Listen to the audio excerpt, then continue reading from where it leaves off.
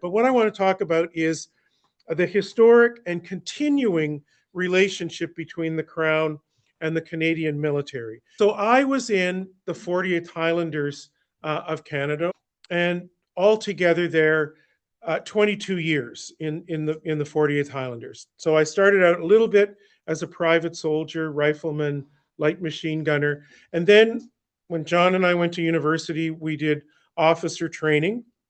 These are two pictures of me, one on the right.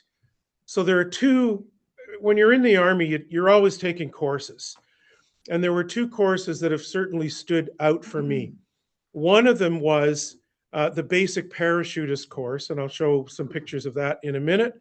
And then the other was demolition instructor course at the Canadian Forces School of Military Engineering.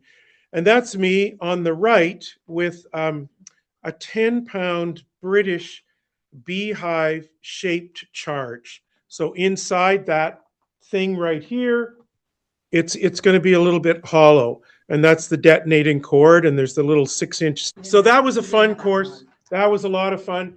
The other one is I did a master's in war studies at the Royal Military College in Kingston, and so my wife Sandy took that picture when I graduated with that degree. So there's my RMC degree, and then I was actually the top student, even with engineers and stuff like that. So I got a little plaque for blowing stuff up in the mountains of British Columbia. And it was pretty fun, that course, and we learned a lot there. And I'm going to go on. So here's, you're always doing group photos on Army courses. So this is the basic parachutist course. So there were 3 of us from the 48th Highlanders on that course. And John and the 3 of us sat together whenever we had these photos taken. And so there's a couple of things to note. The guys in the front are all members of the Canadian Airborne Regiment, and they were the instructors on the course. And then all of the students, this was an all-officer course, except for one guy who was an NCO. So it was 3 weeks long, 2 weeks of ground school, and then a week of jumping. And I want you to look at the little design up there, and maybe some of you know about that, but that's Daphne du Maurier, and she's the person who came up with the design of Pegasus and Bellerophon being the symbol for British airborne forces. And she was married to Lieutenant General Sir Frederick FAM Boy Browning. And so that's Boy Browning and Daphne du Maurier. And that's an example of a Second World War Pegasus and Bellerophon crest from the Imperial War Museum in London. And there's a little close-up more of John, two people over from me on that course. And I had no idea that John was going to be here tonight. So that's a complete accident that I've got his photo up there. And there's me with my freshly minted parachute badge. And that's also me on the left, jumping at CFB Petawawa. It was in April or so. So there's still snow on the ground. Yeah, so that's that. Now, this is going to come back in some of the slides later on. And the top are the British parachute badge. And below, now there's 2 versions of the Canadian parachute badge. If you actually have a billet where you're in an airborne tasking, then the maple leaf is white. But if you're just did the parachuting course, then it's red. So I have the red maple leaf there. And then always doing courses. So there I'm at a course. I think that was at Gagetown in New Brunswick. And then some ceremonial duties. So that was at the opening of the legislature. And that's not me looking at the camera. That's me standing up there as the officer in charge of 48. There were 48 guys from the 48th Highlanders and 48 from the Royal Regiment of Canada, with the officers to form a 100-man guard for the opening of the legislature one time. So I did a doctorate in military history at U of T, and that's my graduation thing there. You always have to have your doctorate, you have to get it bound, so that's a bound copy there. And then every thesis, every doctoral thesis in Canada is registered at the Library and Archives Canada site.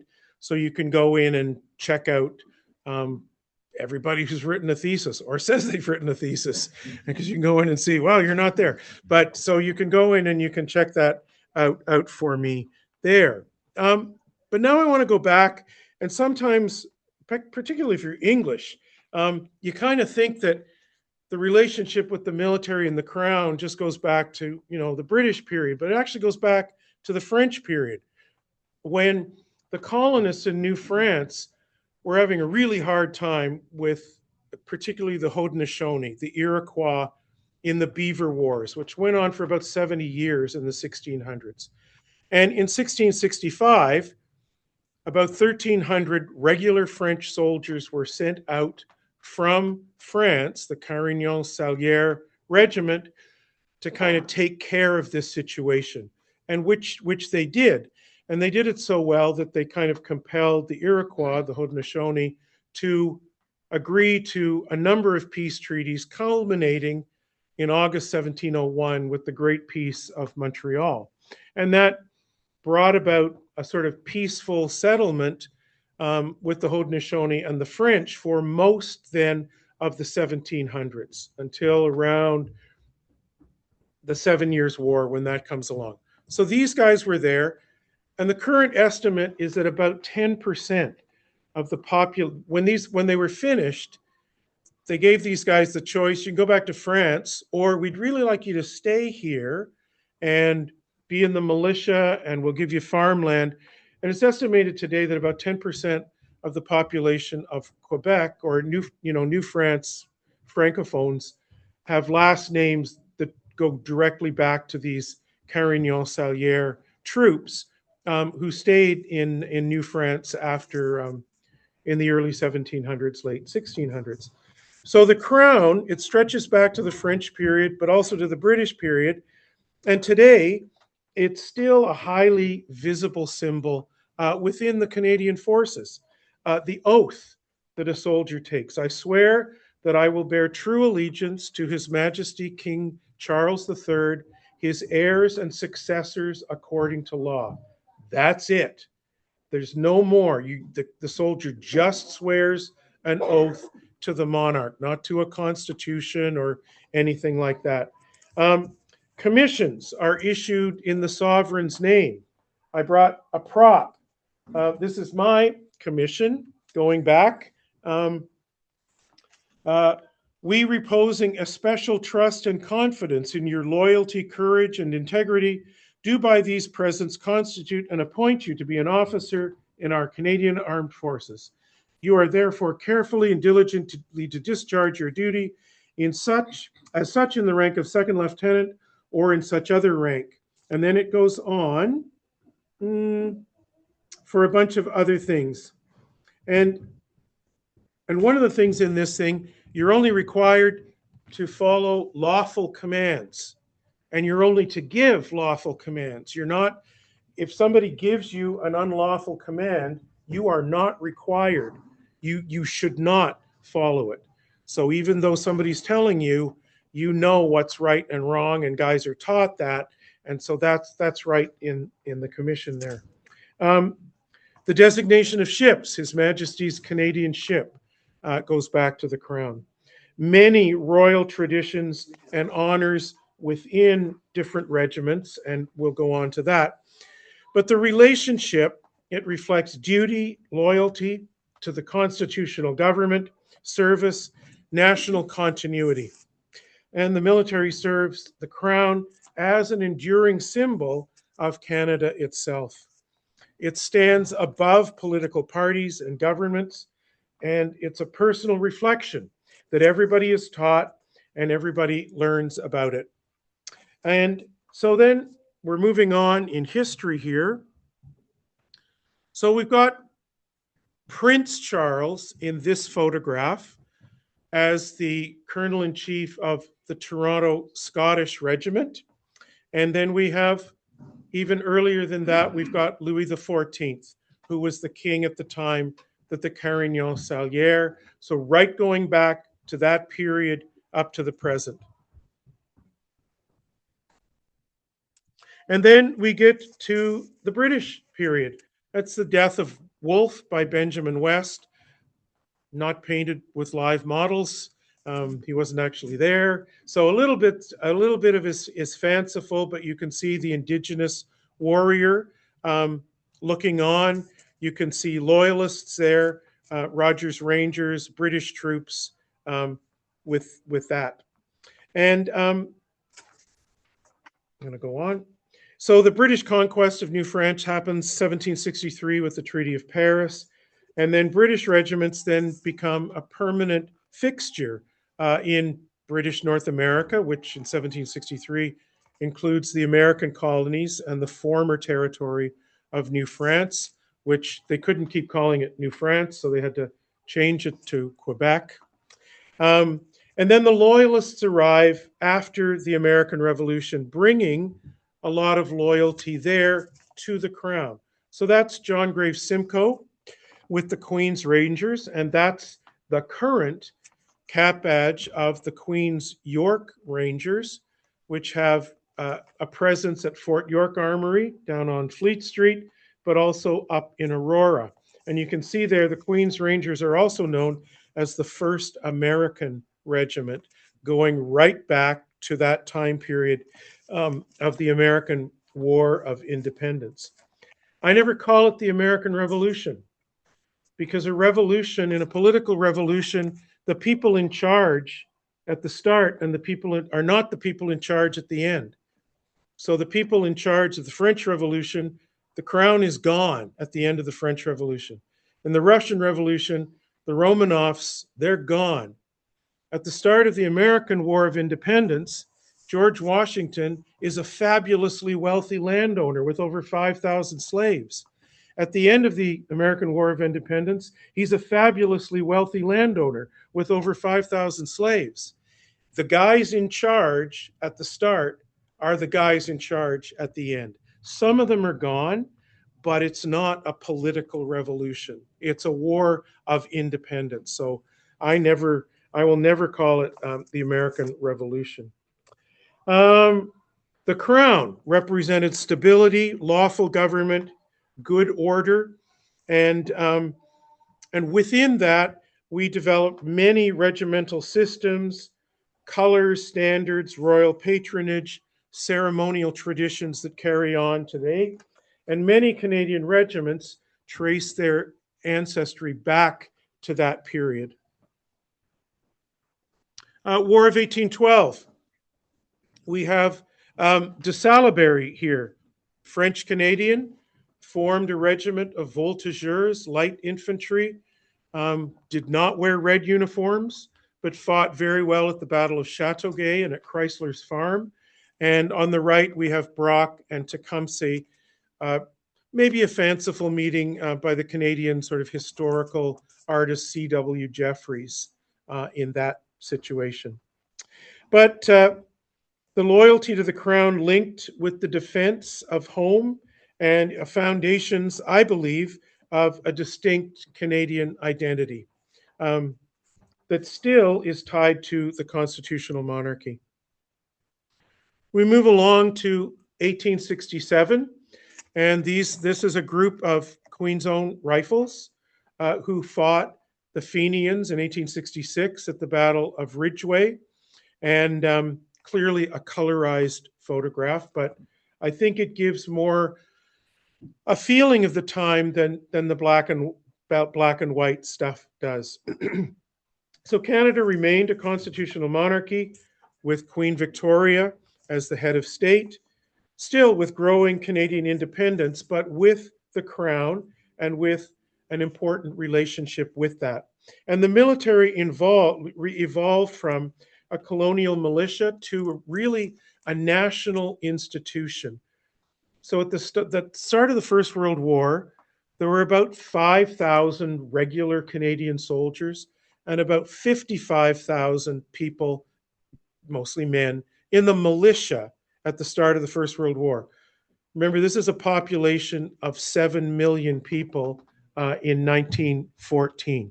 So if you extrapolate that now, give or take, I haven't counted them myself, but around 40 million people, let's round it up to 42.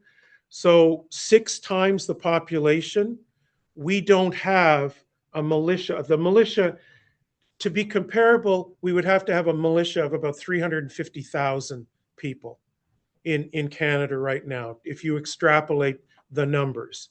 And everybody then knew somebody who was in the militia. In a population of 7 million people, lots of people, it was a thing to do. They joined, they went with their friends, and it was really a national institution that then was built upon when Canada entered the First World War.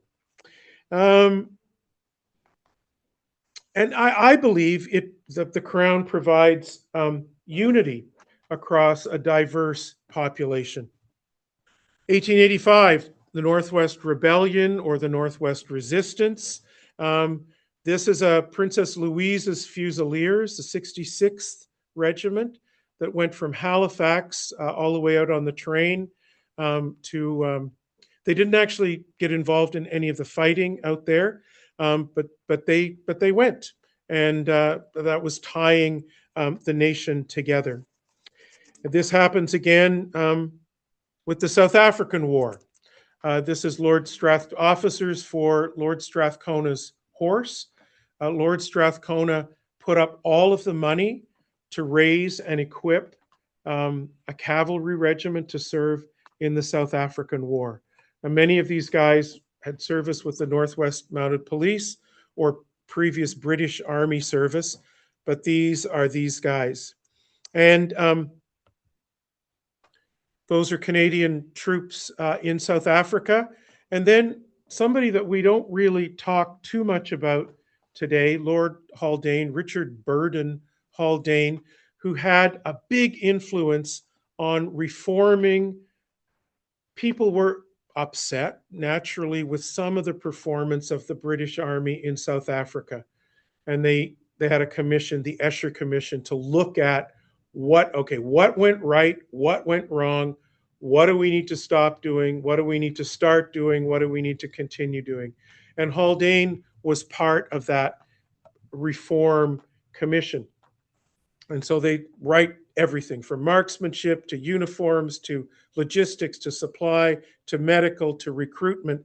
And one of the things that to unite sort of the empire, at the Committee of Imperial Defense, the Canadian representatives agreed to start officer training programs at Canadian universities. And the first ones begin in Quebec.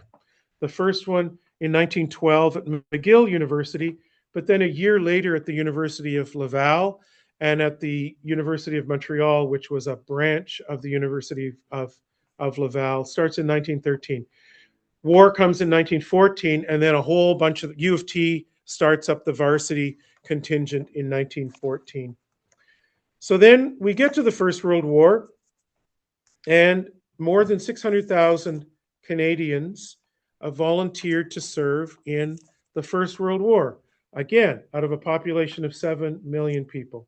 So you extrapolate the numbers and you multiply by 6, that's an army of close to 4 million soldiers today out of a population of about 40.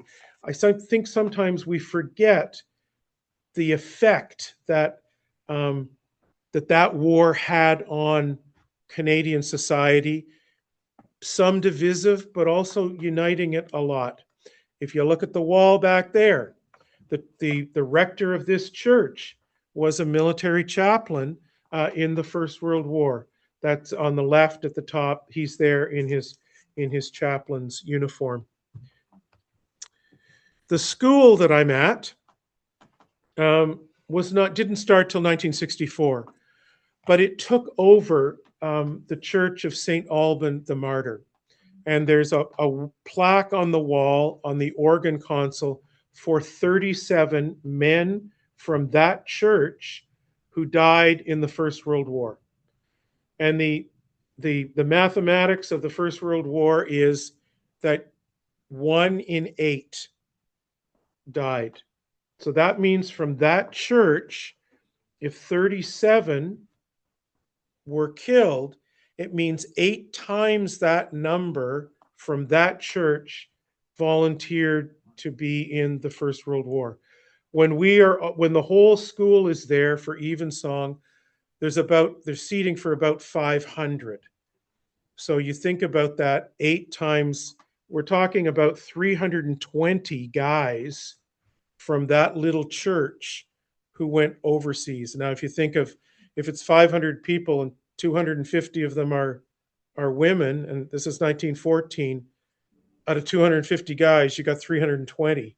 It was a huge, huge sacrifice. And many of the plaques say for king and empire at the time. It was a uniting factor, and it was an important thing for these guys. And also the royal connection. So I like this picture because King George V is walking in the mud, but Sir Arthur Currie, I'm not walking in the mud. I'm walking on the duck boards. I'm keeping my feet dry. It's sort of like when I take my dog to the park. I'll walk through the water, but Henry, he'll avoid the water if he can. So that's King George V.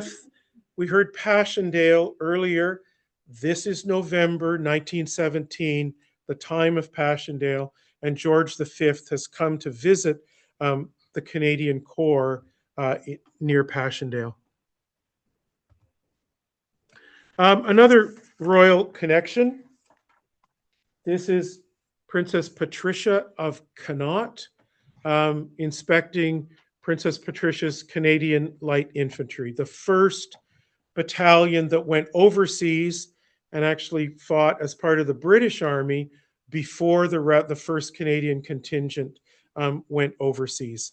And that's Hamilton Gault with her, like Lord Strathcona, who paid for all of the equipping of Lord Strathcona's horse. Hamilton Gault, a wealthy Ontario businessman, paid for the raising and equipping of the Princess Patricia's Canadian Light Infantry in 1914. So the soldiers, they served in the King's uniform. Again, military commissions are issued in the King's name. Vimy Ridge, of course, a national symbol, opened 1936 by the future sort of King Edward VIII, before, kind of all the bad stuff happened, but he's there opening that national monument. Yes, we're carrying on. The interwar period. So this is Maclean's magazine from 1939, where King George VI is visiting Canada with Queen Elizabeth. And they come here, and you probably know this, that the Queen Elizabeth Way is named after Queen Elizabeth, the Queen Mother, not after Queen Elizabeth II. And when you see QE on the highway still there, that's from their visit in 1939. And here's the King and the Queen with Mackenzie King visiting the Parliament buildings in Ottawa, traveling around, they knew maybe bad stuff was coming, trying to get things together before, with a unifying symbol there, that 1939 tour. In the background behind Queen Elizabeth, you can see guys that look like guards from London, and they're the Governor General's Foot Guards, a reserve regiment that still exists in Ottawa. In the summer, if you go to Ottawa, there's a composite unit called the Ceremonial Guard, which is composed of the Governor General's Foot Guards from Ottawa and the Canadian Grenadier Guards from Montreal, supplemented by some other people, but those are the main 2 units that do those. Toronto, this is Toronto. This is the Queen Mother. If you've been to the U of T, it's called the Back Campus. It's behind University College, and this is an inspection. Well, the Toronto Scottish had gotten colors earlier. If you see here, it says, Her Majesty the Queen inspects the regiment, the Toronto Scottish Regiment, on the campus of the University of Toronto prior to presenting new colors on 22 May 1939, replacing the old colors presented by Field Marshal Earl Haig in 1925. So she's there, and that established a long tradition of the Queen Mother with the Toronto Scottish Regiment. And it was about 10 years ago that actually Queen Elizabeth, the Queen Mother's own designation, got added to the Toronto Scottish name. And when the Toronto Scottish went overseas, the Queen Mother went to visit them a number of times. This is one of those photographs of her visiting them. The military oath remained the same. Again, it was a big contrast with the authoritarian dictatorships of the 1930s. The Earl of Athlone, Governor General as of 1940. He replaces Baron Lord Tweedsmuir, John Buchan, the novelist, Greenmantle, the 39 Steps, who had been actively involved in British intelligence in the First World War. He had an accident. He slipped in the shower, hit his head, and didn't recover and died. And the Earl of Athlone was sent over to be the Governor General. And he is the host of the 1943 Quebec Conference with Roosevelt, Churchill, and Mackenzie King there. So a very, very strong royal connection through the war. This is King George VI visiting a medium Canadian artillery unit in Italy. And if you see, I don't want to touch the screen because it's going to mess me up, I think. But the guy, not right beside the king, but behind with the Scottish cap, which is called a Glengarry, is Brigadier Ian Johnson, who was a 48th Highlanders officer, and he was a brigade commander in the Italian and then Northwest Europe campaign. But the king, a popular figure, drawing people together. And even now, when royalty comes out to visit a unit, it's a pretty special thing for it to happen. This was the last time that the Queen Mother visited the Toronto Scottish, her final trip overseas to Canada, and a photo there at Fort York Armory. But there was always a very close relationship between the Toronto Scottish and the Queen Mother. And I think, and I could be wrong, but I think the King is now the Colonel-in-Chief of the Toronto Scottish. And that's why we see him in that hodden gray uniform, which is patterned on the London Scottish Regiment. And there's an affiliation between those two. Okay. And there's Prince Charles. So this is a slightly older picture. I'm going to come back to this. Look at his right arm. And that's the British parachutist badge. So Prince Charles qualified as a military parachutist in Britain. I was there in 1981 at Aldershot, and the 2nd Battalion of the Parachute Regiment was there at the time. And a year later, you know, you can't tell the future, but a year later, those guys were in the Falklands, and the parade was commanded by Lieutenant Colonel H. Jones, who would be killed in the Falklands and win the Victoria Cross there. My CO at the time was a guy named Lieutenant Colonel Dave Temple, and he and I were there, and Colonel Temple got on really well, basically with everybody in the world, and he arranged for he and I to get our British parachute wings. And you had to do 2 jumps out of a balloon and then 2 jumps out of an aircraft. And we were on the truck going to the balloon when military police pulled up and pulled us over, and word had gotten out to the Canadian Defense Liaison staff that we were doing this, and it all came down to who was going to pay the insurance if we got hurt. The British said they weren't going to pay it, and the Canadians said we weren't authorized to do it, so we actually never got to do it. So I didn't get to wear that badge. So here, a big Royal connection. This is the 2nd Battalion of the Royal Canadian Regiment, and you can see the British and the Crown connection there. And on the left, Princess Patricia's Canadian Light Infantry. Now you can see the subtle differences. If we go back to the RCR, you can see the puggaree around their Wolseley helmet is red, and the cuffs are navy blue because they're a royal regiment.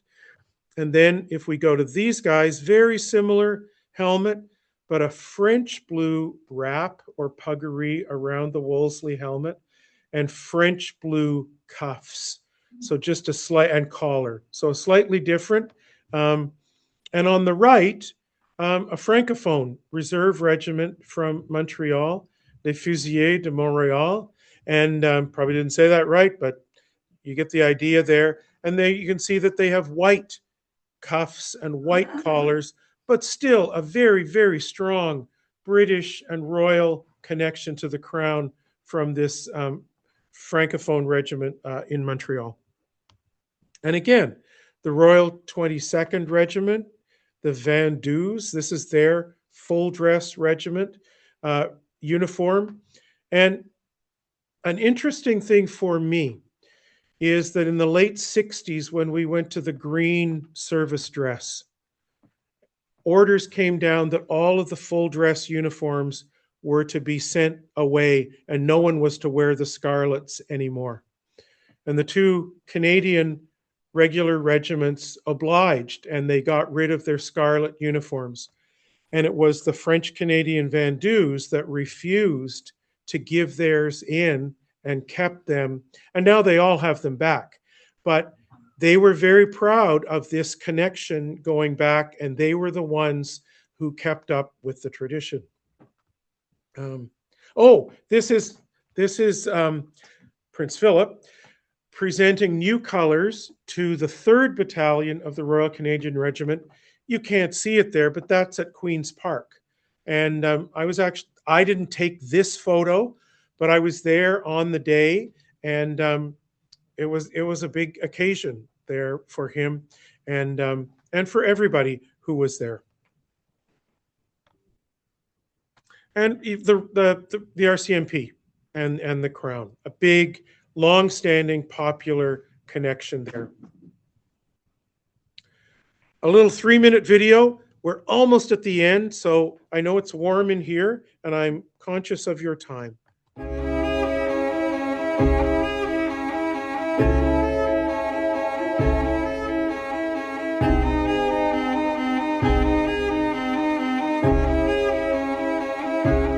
The rising generation, whether English or French speaking, could show so clearly that you belong to one great Canadian family.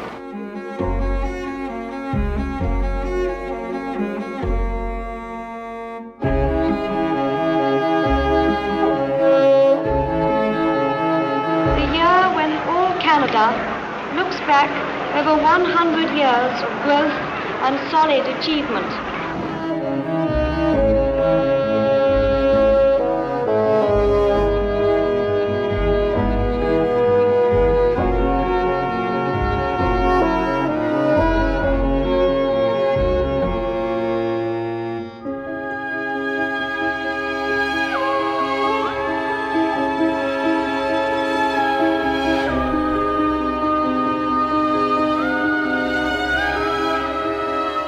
There could be no better moment for me as Queen of Canada to declare again my unbounded confidence in the future of this wonderful country.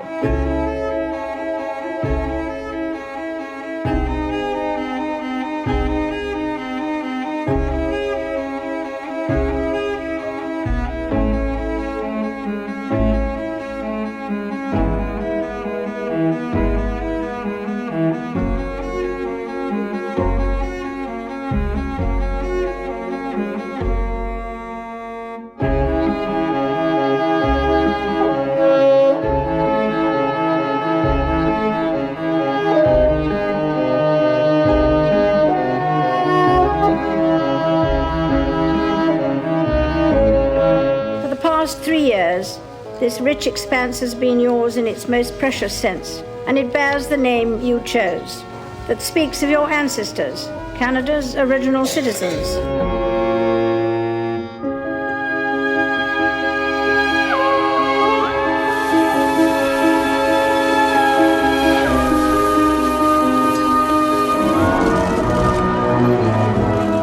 During my lifetime, I have been a witness to this country for more than half its history since Confederation. I have watched with enormous admiration how Canada has grown and matured while remaining true to its history, its distinctive character, and its values. This nation has dedicated itself to being a caring home for its own, a sanctuary for others, and an example to the world.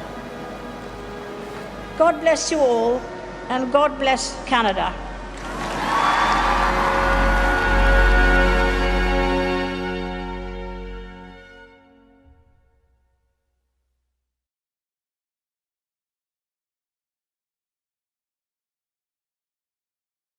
So I think I'm going to conclude with why this relationship matters. The Crown provides continuity in public life for governments and political parties throughout when they change, and it symbolizes the entire nation. So do the armed forces. They serve all of Canada and through a lawful constitutional authority, and they support democratic principles. The military traditions connect Canadians with earlier generations, and that continuity, I think, is very, very important. Hearing the stories here and then connecting with other people who are younger. So have a look at the King's uniform here. He's on the right, he's the Colonel-in-Chief of the Black Watch, Royal Highland Regiment of Canada, and he's in their uniform. An anomaly of the Black Watch is that with that hat, Balmoral, they don't wear a cap badge. They just wear the red hackle, which goes back to some red feathers hackle, goes to something in the 1760s as a regimental honor. But if we look at here, he's wearing British parachute wings, but in the Canadian position that you wear them.